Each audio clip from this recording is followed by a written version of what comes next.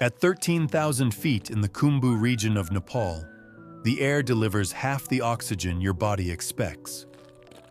After the sun drops behind the peaks, temperature plunges to minus 40 degrees Fahrenheit. That creates a 138-degree gap between your core body temperature and the air trying to freeze you solid. And nature will close that gap in under 2 hours if you let it. Exposed skin hits freezing point in 2 minutes. Your lungs are already working double time just to pull enough oxygen. And now your body needs to burn more calories to generate heat, except there's less oxygen available to metabolize those calories. You're fighting 2 wars simultaneously: hypothermia and hypoxia. The Sherpas didn't just survive in this. They built stone houses at 13,000 to 17,000 feet that functioned as thermal fortresses. No furnace, no modern insulation, and not a single wheel involved in construction. Every stone was carried up on a human spine. Every beam was hauled by yak, and the entire system ran on physics most people wouldn't think to use. Livestock as a biological heating plant, 3-foot-thick granite walls that remembered the sun, and a construction method that turned the mountain's own weight into structural advantage. Above the clouds where oxygen is a luxury, stone is your only shield.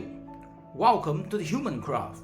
Today, we are uncovering how Sherpas built mountain fortresses to defy the world's most brutal peaks.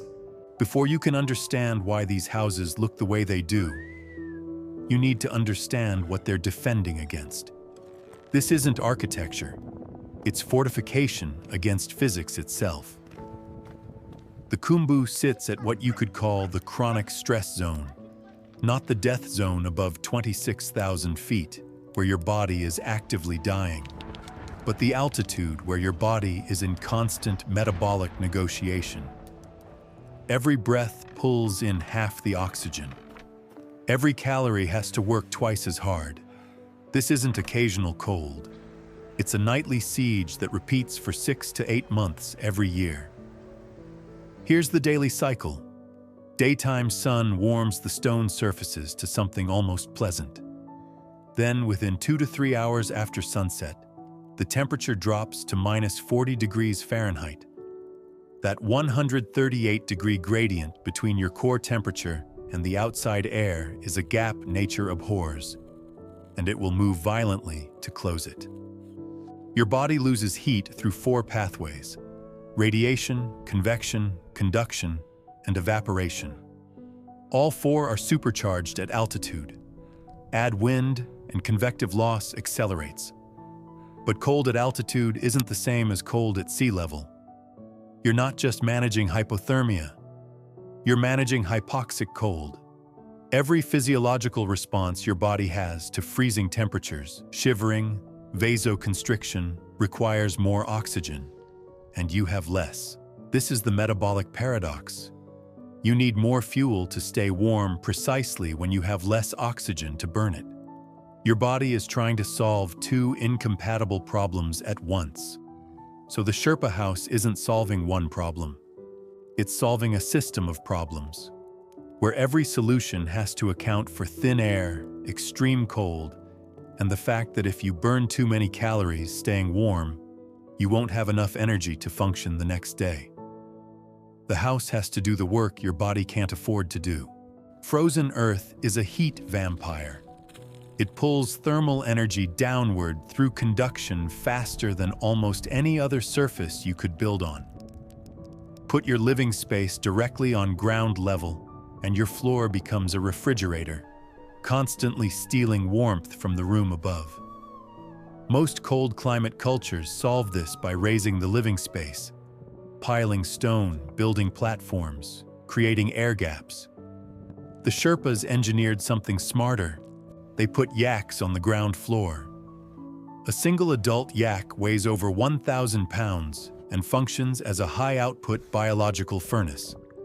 Constant metabolic activity, digestion grinding through fibrous grasses, respiration cycling in that thin air, muscle tremors for thermoregulation.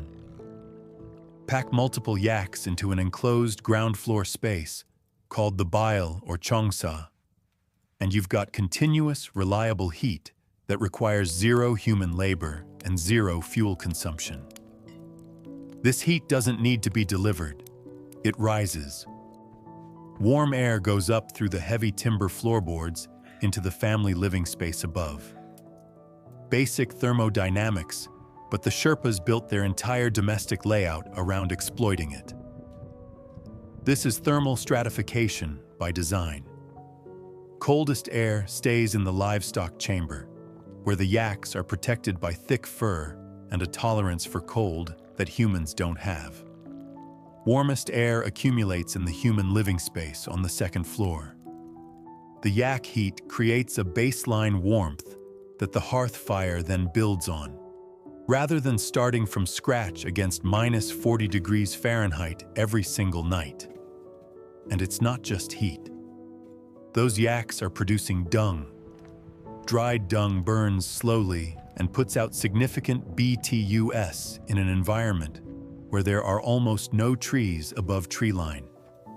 Housing livestock inside also protects them from predation and exposure, which protects the family's economic survival. Lose your yaks, lose your trade goods, your transportation, your milk and meat and fuel. The ground floor isn't just a barn, it's a buffer zone, an airlock between the killing cold outside and the living space above. In most cultures, you separate the animals from the house. In the Kumbu, the animals are the foundation of the house, not structurally, but thermally. They're infrastructure, the first line of defense, and they're working 24 hours a day without ever knowing they're part of the system. These walls don't just block the cold, they remember the sun. Granite is one of the densest stones you can build with. High thermal mass, which means it resists rapid temperature change. 3 feet thick isn't about insulation. Air gaps insulate. Mass does not. These walls are thermal batteries. During the day, that dark stone facade absorbs solar radiation and high-altitude UV. More intense up here because the thin atmosphere filters less of it. The wall is charging. At night, when the exterior crashes to minus 40 degrees Fahrenheit, the wall releases that stored heat inward. Time-delayed energy transfer. By the time the bitter cold has penetrated the outer layer, crossed the rubble-earth and mud core, and reached the inner wall, hours have passed. And dawn is coming. The double-wall strategy is engineered fill, not decorative. 2 parallel layers of carefully fitted granite with a core of rubble, earth, and mud between them. That core increases thermal mass while using material that doesn't need precise shaping, which matters when every stone has to be carried up a mountain on someone's back. Mud and earth conduct heat slower than solid stone. They create a thermal gradient across the wall thickness. The cold has to fight its way through 3 feet of mass that's actively resisting temperature change. And almost every house faces south. This isn't aesthetic. It's calculated physics. South-facing walls get maximum solar exposure throughout the day. Dark stone converts UV and visible light into heat more efficiently than light-colored materials. The house preheats itself passively before human-generated heat. Hearth fire, body warmth, yak metabolism rising from below adds to the system. Here's the night cycle. Coldest hours hit between 2 and 5 a.m. when the walls have been radiating heat outward for 8+ hours. But even then, the inner wall surface stays warmer than the outside air by significant margins. The wall isn't stopping heat loss. That's impossible. It's slowing it down, flattening the temperature curve, preventing the interior from ever reaching exterior temperature. At noon, the stone caught the sun. At midnight, it's giving that energy back, exactly when you need it most. Everything you see in these houses was carried up on a human spine. No roads wide enough for carts. No mechanical advantage from wheels. No cranes, no trucks, no diesel engines. Every granite slab, every timber beam, every bag of barley moves uphill on human backs or yak-pack trains.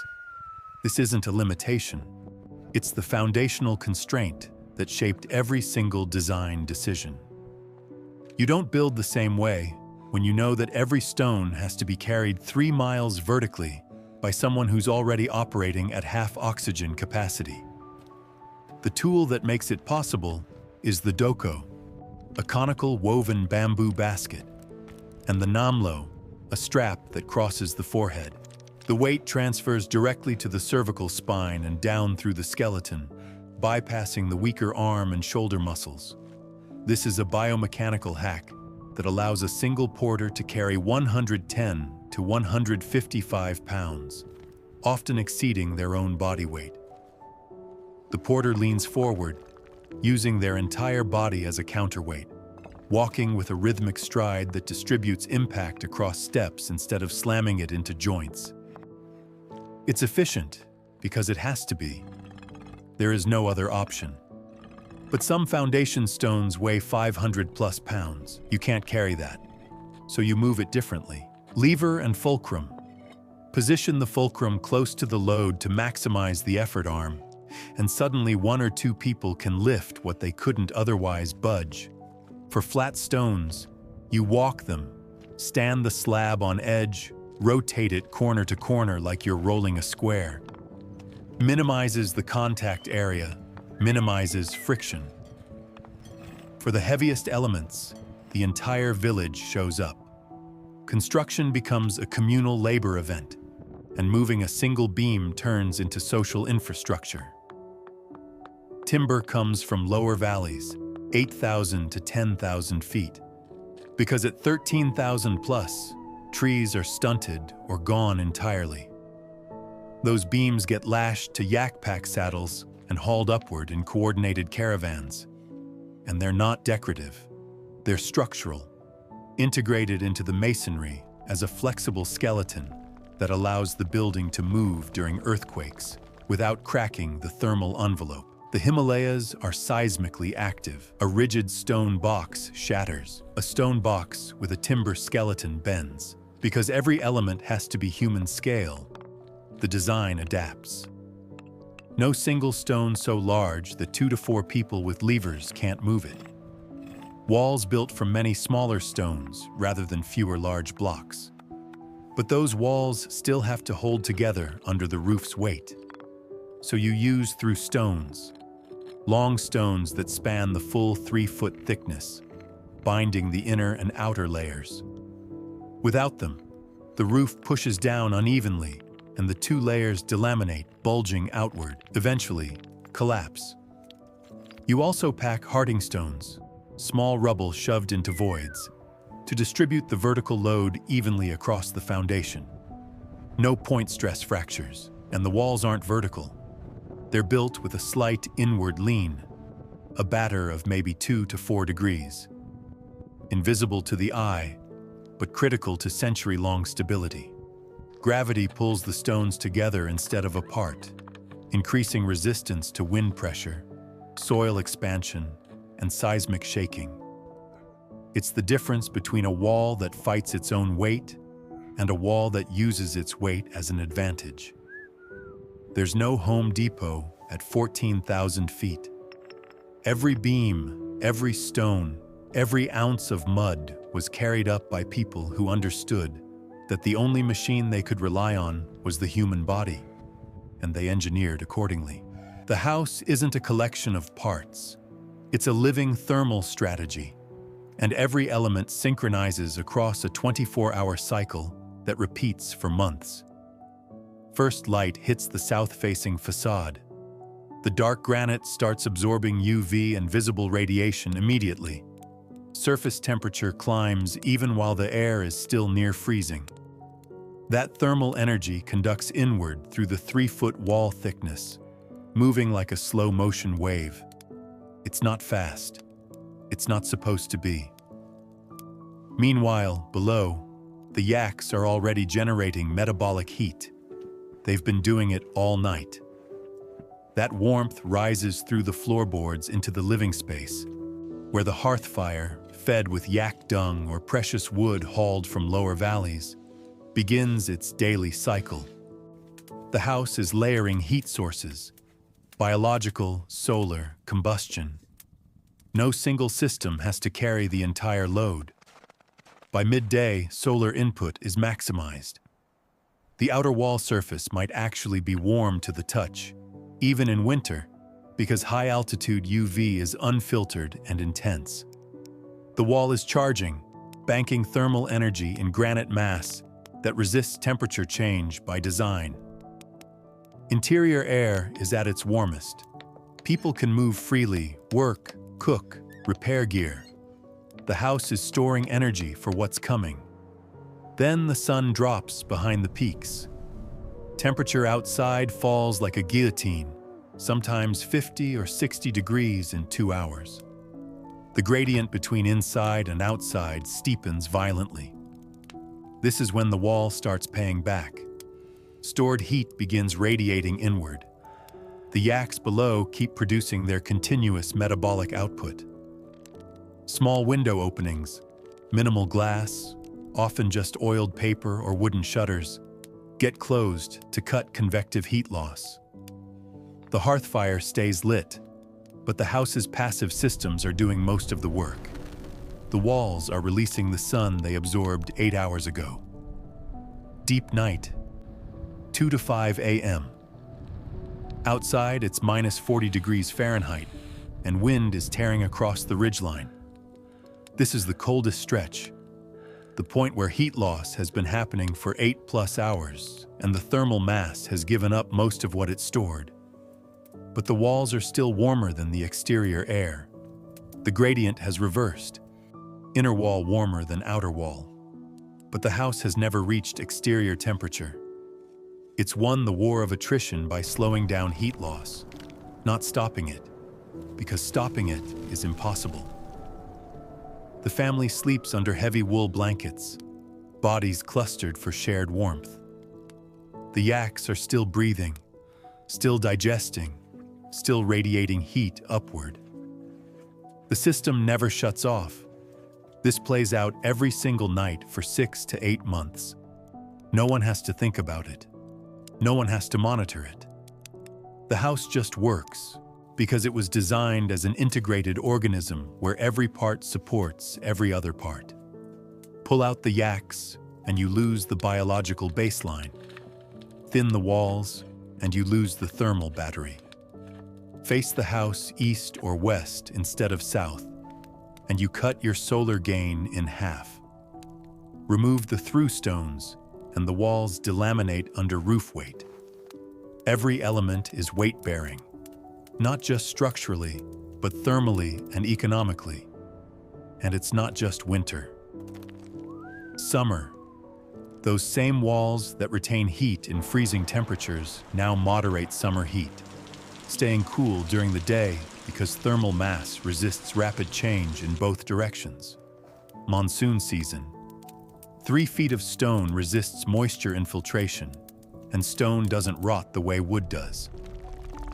Seismic events. The flexible timber skeleton lets the masonry shift without catastrophic fracture, because the Himalayas don't stop shaking just because you built a house. These structures can stand for a century or more with minimal maintenance, because the core system is passive. There are no mechanical parts to fail. But the house is also social and economic infrastructure. Building one is a communal event. Neighbors contribute labor, which creates social debt and cohesion in a place where isolation can kill you. The house protects livestock, which is economic survival. It stores grain in the attic. It serves as a base for trade and a hub for hospitality, because travelers and traders need shelter, and every house is potentially a refuge in a storm. Hospitality isn't charity here, it's survival. The architecture reflects Buddhist values baked into the culture: humility, harmony with the environment, interdependence. You survive because the system survives, and the system survives because everyone plays their part. There are no blueprints, no written manuals. The knowledge moves through apprenticeship and observation. Master masons, Meigthon, hold the expertise. How thick to make the wall for this altitude? Which stones to select for the foundation versus the facade? Where to place the through stones so load distributes evenly? Centuries of trial and error encoded into cultural practice, passed from one generation to the next by watching and doing. Some newer houses incorporate concrete or metal roofing now, because materials are lighter and easier to transport. But every concession to modernity is a trade-off. Metal roofs conduct heat away faster than stone or sod. Concrete doesn't breathe the way stone and mud do. The old system worked because it was perfectly tuned to the constraints it faced. Change one variable, and you have to retune everything else. This isn't just a house, it's a technology stack. Solar collector, thermal battery, biological furnace, and social hub, all wrapped in stone and timber. Every element is essential. Remove one, and the whole system begins to fail. The Sherpas didn't just survive at 13,000 feet. They built fortresses that turned the mountain's own physics against itself, using nothing but stone, sunlight, yaks, and an understanding of heat that most modern engineers have forgotten.